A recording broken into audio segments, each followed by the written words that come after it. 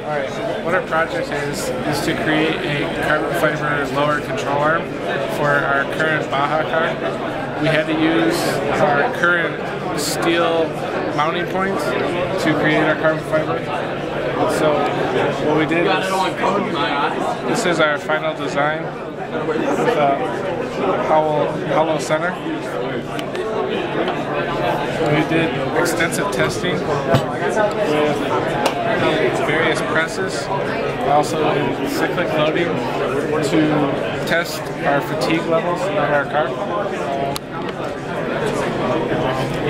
This is one of our original ones where we had some failures and had to redesign parts of it. And now we have one that will be competition ready.